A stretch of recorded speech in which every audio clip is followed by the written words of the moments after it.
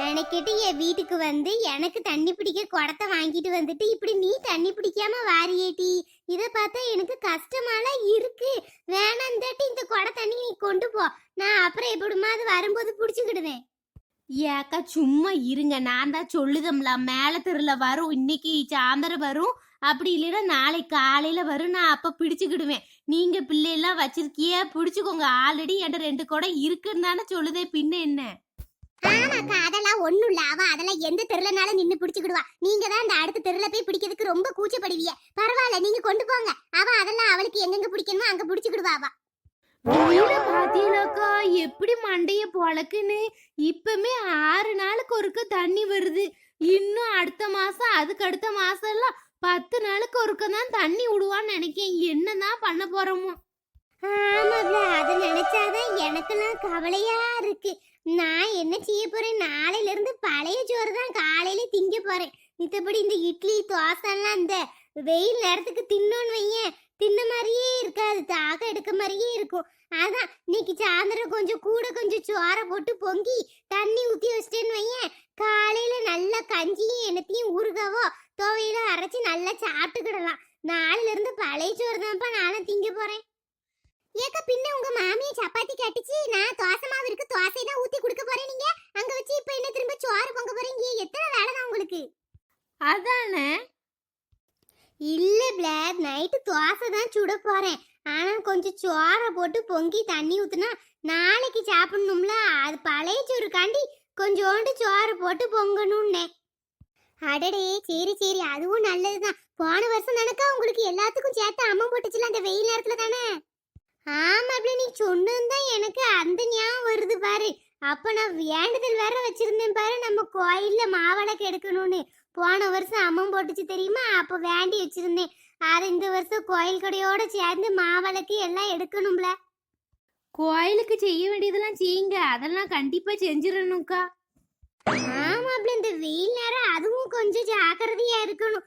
நிறைய நீர் ஆகாரம் சாப்பிடணும், பழங்களி, அது போக இந்த இளநீ, அது போக இந்த சட்டா சீட்ஸ் எல்லாம் போட்டு ஜூஸ் போட்டு குடிக்கணும்ல டெய்லி, இல்லைன்னா கஷ்டம்தான்.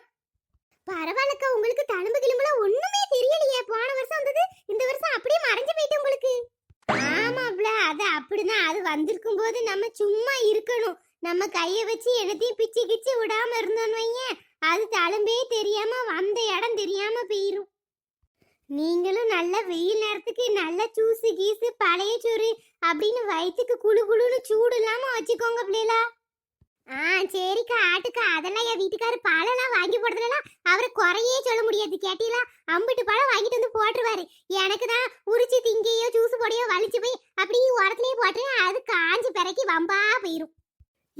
அப்படியே வம்பாக்குதே, உனக்கு வேண்டாட்டி ஏன்ட கூடு, நான் 1 கிலோ பழனாலும் ஒரே நேரத்துல உட்கார்ந்து உரிச்சு தின்றுவேன் டி. அடடே ரொம்ப சௌரியம் போட்டி என்கிட்ட. நான் இதுக்கப்புறம்லாம் கரெக்டா பழகுல எல்லாம் சாப்பிட ஆரம்பிச்சிடுவேன். என்ன நீ வீட்டுக்குள்ள வராம இங்கே நின்னுட்டியே குடத்தை வச்சுக்கிட்டு? இதோ வந்துட்டேலாதா. அண்ணிய காணனதும் நாத்தனாருக்கு தேடிட்டோமா, என்ன தேடி தெருவுக்கே வந்துட்ட? அண்ணிய தேடில நான் ஒண்ணும் வரல. நான் இந்த நீலாம்பரியத்தை வீட்டுக்கு வந்தேன், சுதாக்காவை பார்த்துட்டு போமான்னு. சுதாக்கா வீட்ல இருக்காவுளாத்தே? அதான பார்த்தேன். ஆமாம்மா வீட்ல தான் இருக்கா, அப்போ உள்ள போய் பாரு. ஏத்தே நீங்க ஏன் இவ்ளோ பெரிய குடத்தெல்லாம் தூக்கிட்டு வரீங்க? சொன்னீங்கன்னா நானே தூக்கிட்டு வருவேன்ல. கொண்டாங்க, நான் தூக்கிட்டு வீட்டுக்குள்ள போறேன். கொண்டாங்க, நான் தூக்கிட்டு போறேன், கொண்டாங்க. இல்லம்மா வேண்டாம்மா விடு, நானே கொண்டு போய்க்கிறேன். நீ சின்ன பிள்ளை, உங்க அம்மா பார்த்தானா அப்புறம் எங்க கூட எல்லாம் சண்டைக்கு வருவா. வேண்டாம்மா நான் கொண்டு போய்க்கிடுவேன். சும்மா இருங்க தீ, நான் தானே. கொண்டாங்க, நான் உள்ள கொண்டு போய் வைக்கேன். ஏட்டி இது என்ன அதிசயமா இருக்கு? நாத்தனார் வீட்டுல வேலையே பார்க்க மாட்டாம்ப, இவ என்றனா அந்த அக்காட்ட குடத்தை வாங்கிட்டு போறா, நீ இப்படி குத்துக்கள் மாதிரி குடத்தை மண்டையில சுமந்துக்கிட்டு நிக்க. உன்னை ஒரு வார்த்தை கேட்டலான்னு பாரு. அதுதாண்டி நானும் யோசிச்சுக்கிட்டு இருக்கேன். வீட்ல இவ குடிச்ச டம்ளரை எடுத்து வைக்க மாட்டா, நான் இங்க குடத்தை வச்சிட்டு நிக்க. ஏன் அண்ணி கொண்டு போணுமா என்னன்னு கேட்கல, உன்கிட்ட வாங்கிட்டு போறா குடத்தை வீட்டுக்குள்ள. ஏதோ அவ புகுந்த வீடு மாதிரில போறா வீட்டுக்குள்ள. ஏடி எனக்கே ஒண்ணுமே புரியல, நீங்க வேற என்னத்தையும் சொல்லாதீங்க டி. ஐயோ பாவம், அந்த பிள்ளை என்னை பார்த்து பாவப்பட்டு வாங்கிட்டு போயிருக்கும். வேற ஒண்ணும் இருக்காது. பேசாம இருங்க, நான் உள்ள போய் வேலைய பார்க்கேன். போங்கட்டி, போய் வீட்ல போய் வேலை பாருங்க. பாவப்பட்டு வாங்கிட்டு போனானா சரிதான். ஏட்டி எனக்கு என்னமோ அப்படி தெரியலையே. போங்கட்டி, இவளு ஏதாவது ஒண்ணு சொல்லிக்கிட்டு கிடப்பாளுவோ. நான் போய் வேலைய பார்க்க வீட்ல. ஏட்டி எதுக்கும் உன் நாத்தனார் மேல ஒரு கண்ணு வை. சரிடி சரி, நானும் வீட்டுக்கு போறேன். அங்க வேலை கிடக்கு. இன்னைக்கு இந்த தண்ணி வந்ததுனால நாடகம் போச்சு. அது வேற மனசே சரியில்லை. ஏட்டி இப்பதான் எல்லாரும் என்ன டிவிலயா பாக்காவோ, போன்லயே அந்த அந்த நாடகத்துக்குள்ள ஆப்புக்கு இப்பெல்லாம் ரீசார்ஜ் பண்ணி போன்லயே எந்த நேரம்னாலும் முடிஞ்ச எபிசோட்லாம் பார்க்கவும்ல. அந்த மாதிரி போன்ல ரீசார்ஜ் பண்ணி வச்சுக்கிட வேண்டியதானே நீ. பாட்டி கிறுக்கி, நீ வேற. ஆல்ரெடி கேபிளுக்கு காசு கொடுக்கு, நெட்டு போனுக்கு ரீசார்ஜ் பண்ணிருக்கு பாரு. நான் அதை உட்காந்து பார்த்தேன்னா அதுக்கே எல்லா நெட்டும் சரியா போயிடும். அது பத்தாதுக்கு அந்த ஆப்லலாம் வேற காசு கட்ட சொல்லுதான், 3 மாசம் 6 மாசத்துக்குன்னு. அதுக்கு நான் அந்த கேபிள்லே பார்த்துட்டு போயிருவேன். விடிய காலையில இருந்து பாக்கேன், அந்த பொட்டியை தட்டிக்கிட்டே இருக்கியல, அதுல என்னெல்லாம் வருது.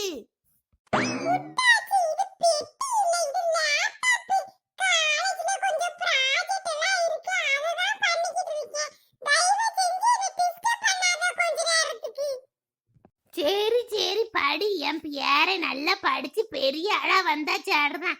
ஆனா என்னல ஒரே பொம்பளை பிள்ளைல போட்டாவா வந்துகிட்டு இருக்கு அதுல.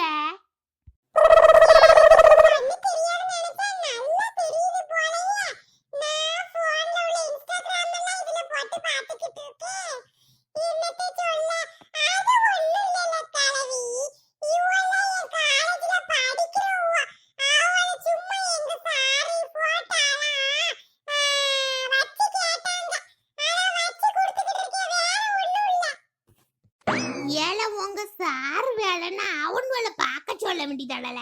மாசம் மாசம் சம்பளம் வாங்குதானுவல்ல, பிள்ளைகிட்ட கொடுத்தாலே எல்லா வேலையும் பார்க்க சொல்லுவானுவோ.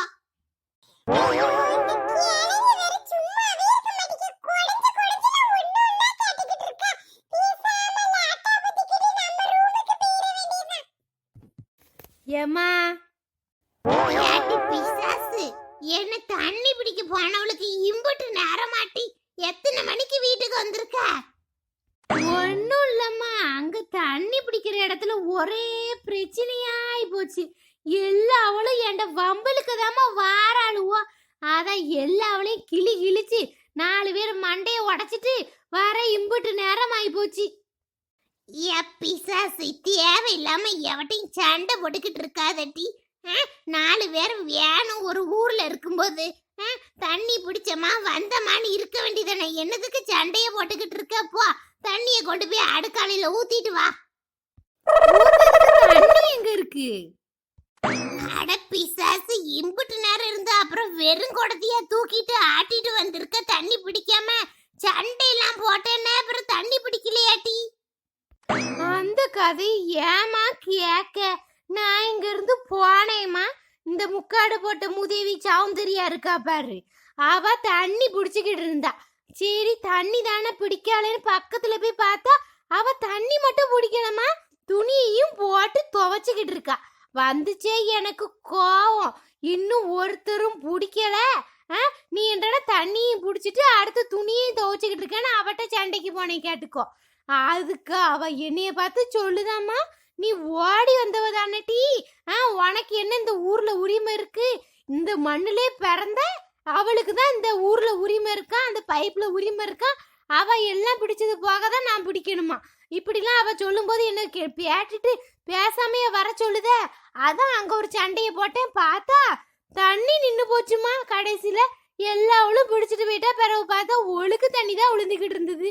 நான் இந்த நீலாம்பரி அக்கா வீட்டுல வேற போய் குடத்தை வாங்கிட்டு போயிருந்தேன்னா பின்ன அவளுக்கு பிடிச்சி கொடுக்கலன்னா நல்லா இருக்காதுல்ல. அதான் அவளுக்காண்டி கொஞ்ச நேரம் உட்கார்ந்து ஒழுக்கு தண்ணியை பிடிச்சு கொடுத்துட்டு நான் வாரேன். வந்த ஐத்தியம், சண்டை போட்டாலும் காரியத்துல கண்ணா இருக்கணும்டி. சண்டை போட்டுக்கிட்டே குடத்தை வச்சு தண்ணிய பிடிச்சிட்டு சண்டை போடுவாளா? பறக்கு பார்த்துக்கிட்டே சண்டை போட்டிருக்கா. அதான் எல்லாவளும் தண்ணியை பிடிச்சிட்டு போயிருக்கா. இவ வெறும் குடத்தை கொண்டு வந்திருக்கா. வந்தா வாயில என்னத்தையும் சொல்லி விட்டுட்டு போயிருவேன். பீரங்கிட்டு ஏமா சாயந்தரம் இல்லைன்னா நாளைக்கு மேல தெருல தண்ணி வரும். நான் அப்ப பிடிச்சுக்கிடுவேன், நீ பேசாம இரு. ஆல்ரெடி 2 குடம் தண்ணி இருக்கு, அது போதும் இன்னைக்கும் நாளைக்கும்.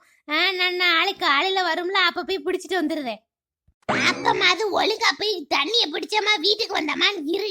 தேவையில்லாம போய் எவட்டையும் சண்டை போட்டுட்டு அப்பமும் வெறும் குடத்தை ஆட்டிக்கிட்டு வந்துடாத. அப்புறம் குடிக்க தண்ணி இல்லாம தான் கிடக்கணும். சரிம்மா, சரி சரி. ஏல தனுசு, அப்ப நீ இன்னைக்கும் காலேஜ் போலையல?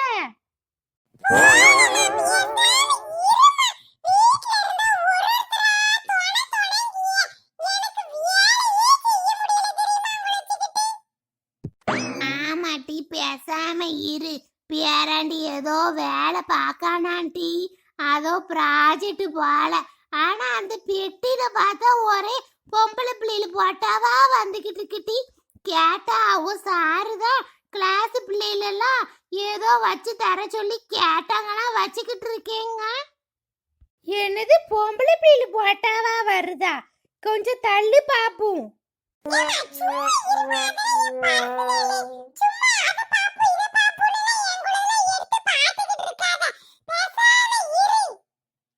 ஏல ப்ராஜெக்ட் ஒர்க்கு என்கிட்ட காமிக்க உனக்கு என்ன செய்யுது? ஏமா, எனக்கு தெரிஞ்சு இந்த நாயி என்னதாவது ஃபேஸ்புக் இன்ஸ்டாகிராம்னு பார்த்துக்கிட்டு இருக்கும். அது ஒன்றும் ப்ராஜெக்ட் ஒர்க்கெல்லாம் பண்ணாது. ப்ராஜெக்ட் ஒர்க் பண்ணானா அவ சார் ஏதோ போட்டோ பொம்பளை பில் போட்டோ கொடுத்தாங்களாம். அவன் சொல்லுதானே நீயும் நம்பிக்கிட்டு அலைத. இவன் 1 நம்பர் ப்ராடுக்காரம்மா. அப்போ நீ தான் நம்பிக்கிட்டு அலைனா நான் உள்ள போய் வேலையை பார்க்கேன். ஏல உங்க அம்மா என்னெல்லாம் சொல்லுதா? அப்ப நீ ஏமாத்திக்கிட்டால அலைத இந்த பொட்டி வச்சுக்கிட்டு.